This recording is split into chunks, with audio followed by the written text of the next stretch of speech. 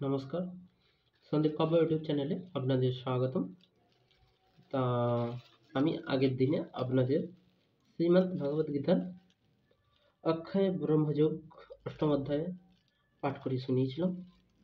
তা আজকে আমি আপনাদের নবম অধ্যায় রাজ্যবিদ্যার যোগ পাঠ করে শোনাব। শ্রী ভগবান বলিলেন, সর্বেদ শূন্য, তোমাকে এই জ্ঞান বিজ্ঞানের কথা বলিব, যাহা জানিলে তুমি সংসার বন্ধন হইতে মুক্তি হইবে। এই বিদ্যা অতি শ্রেষ্ঠ ও গোপনীয়, ইহা অতি পবিত্র উত্তম, ইহার প্রত্যক্ষ ফলপ্রদা ও ধর্মসম্মত, ইহা সুখসাধ্য ও দুঃখসাধ্য নয়। এ মহাবীর, যাহাদের ধর্মের প্রতি শ্রদ্ধা নাই, তাহার আমাকে না পাইয়া মৃত্যুময় এই সংসারে বারবার যাতায়াত করিতে থাকে। আমি অব্যয়রূপ সমগ্র ব্যক্ত, আমাতে সর্বভূত অবস্থিত। আমি কিন্তু সেই সকল অস্থি নাহি। তুমি আমার ঐশ্বর্যিক যোগ শক্তি দর্শন করো। পরম আত্মারূপে আমি কিন্তু সর্বভূতকে ধারণ করিয়াছি, অথচ আমি ভূতেও নাহি, আমাতে ভূত নহি। যেমন আকাশস্থিত মহাবায়ু সর্বগ্রামী, তেমনি সর্বভূত আমাতে অবস্থিত আছে। হে অর্জুন, প্রলয়ের সময় সর্বভূত আমায় প্রকৃত লয় প্রাপ্ত হয়। পুনরায় সৃষ্টিকালে আমি আবার তাহাদের সৃষ্টি করি। আমি নিজেদের প্রকৃতি স্থির করিয়া মায়া অবশ্যই এই ভূতগণের পুনরায় পুনঃ সৃষ্টি করে। হে অর্জুন, উদাসীন ন্যায় এই সকল কর্মী অনাসক্ত আমাকে কখনো বাঁধতে পারে না, কারণ আমি উৎসাহবৎ অবস্থিত। আমার অধিভ্রষ্টত প্রকৃতি চার সৃষ্টি করে। হে অর্জুন, তাই জগৎ বারবার উৎপন্ন হইয়া থাকে। মীরগণ আমার পরম ভাবে বুঝতে না পারিয়া আমার নরদেহধারী মিত্রকে তুচ্ছ জ্ঞান করে। যাহারা নিষ্ফল ও নিষ্কম্য, বিস্ফলজ্ঞান ও বিষাচুর, তাহারা বুদ্ধিমোহকারিণী রাক্ষসী আসুর প্রকৃতি আশ্রয় করিয়া থাকে। হে অর্জুন, যাহারা দৈব প্রকৃতি আশ্রয় করেন, সেই মহাত্মাগণ আমি সর্বভূতের আদি জানিয়া এক মনে আমার উপাসনা করিয়া থাকেন। তাহারা সর্বদা আমার নাম কীর্তন করে, যত্ন ও ভক্তি সহ আমাকে প্রণাম করিয়া নিত্য যোগ সহকারে আমায় উপাসনা করে। কোন কোন মহাত্মা জ্ঞান রূপ যজ্ঞ দ্বারা আমার আরাধনা করেন। তাহারা মধ্যে কোনো কেহ নিজেকে আমার সহিত অভেদ জ্ঞানের ভজনা করেন, কেহ বা আমাকে আমি দাস, তিনি প্রভু রূপে চিন্তা করেন। আবার অনেকে নানা দেবতা রূপে কল্পনা করিয়া আমার উপাসনা করিয়া থাকেন।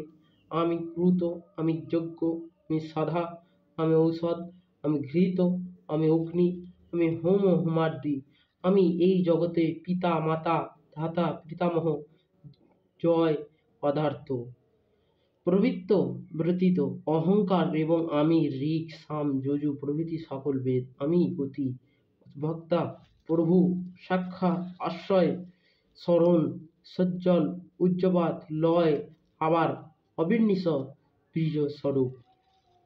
অর্জুন, আমি সূর্য রূপে তাপ দান করি, আমি বৃষ্টি বর্ষণ করি ও জল আকর্ষণ করি, আমি জীবন, আমি মৃত্যু, আমি স্থল, আমি সক্যবাক্য। ত্রিবেদীগণ সমসন পানি প্রাপ মুক্ত হইয়া স্বর্গলোক ও প্রার্থনা করেন। তাহারা পূর্ণ ফলের স্বর্গের কিয়া দৈববাণী হয়ে থাকেন, দৈববাণী স্বর্গরূপে ভোগ করেন। তাহারা সেই স্বর্গসুখ ভোগ ত্যাগ করিয়া পূর্ণ ক্ষীর হইলে আমার মর্ত্যলোকে জন্ম লয়েন। এই রূপে ত্রিবেদীধন অনুষ্ঠান করিলে কামকাকি ও কেবল জন্ম মৃত্যুকে পাইয়া থাকেন।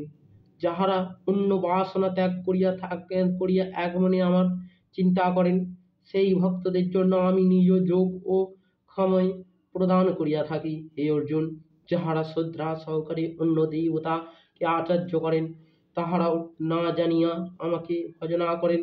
আমি সর্বযজ্ঞের ভক্তা ও প্রভু, আমাকে ভালো করিয়া না জানিয়া লোক প্রকৃত অবস্থা হইতে বিচলিত হইয়া থাকেন।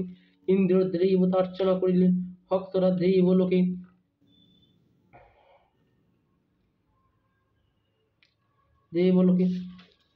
ধ্যান শ্রদ্ধাদি দ্বারা ভৃত্যগণ অর্চনা করিয়া তাহার লোকে যান।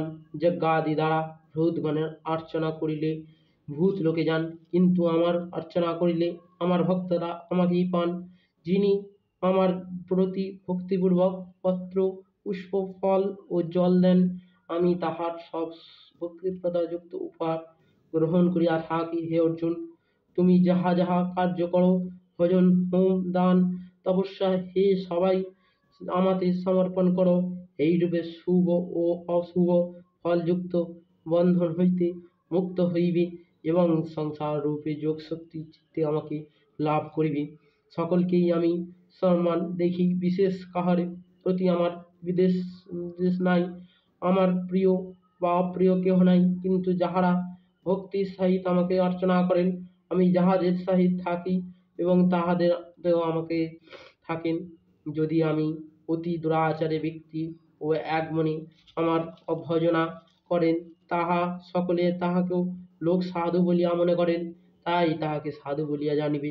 শীঘ্রই সে ধর্মাত্মা ইহা নিত্য চির শান্তি পাইয়া। হে অর্জুন, তুমি নির্ভয় সকলকে নিকট জানাও যে যে আমার ভক্ত সে কখনো বিনষ্ট হয় না। হে অর্জুন, যাহার নিজ কুল জন্মায় অথবা বৈশিষ্ট্য বা শূদ্র অথবা স্ত্রীলোকে, তাহারও আমায় আশ্রয় লইয়া পরম গতি প্রাপ্ত হয়। এই বিষয়ে পুনঃবান ব্রহ্ম ও ক্ষত্রিয়বর্গগণের কথা আর কি বলিব। এই জগতে ভোগ অনিত্য, পরিণাম অসুখের। তাই বলি, হে অর্জুন, কিছুতে মুগ্ধ না হইয়া আমাকে ভজনা করো, আমাতে মন দাও, আমাকে ভক্তি করো, আমার উদ্দেশ্যে যজ্ঞ করো, আমাকে নমস্কার করো। এইভাবে মৎপরায়ণ হইয়া আমাতে নিজ আত্মার যোগী করিয়া আমাকে প্রাপ্ত হও। ইতি রাজ্য বিদার্য যোগ। এখানেই শেষ হলো আজকের পাঠটি। তারপরে গীতা পাঠের মাহাত্ম্যটি পাঠ করা হবে। তার মাহাত্ম্যটি আপনি চলুন আপনি শুনবেন। তাই এখানে শেষ।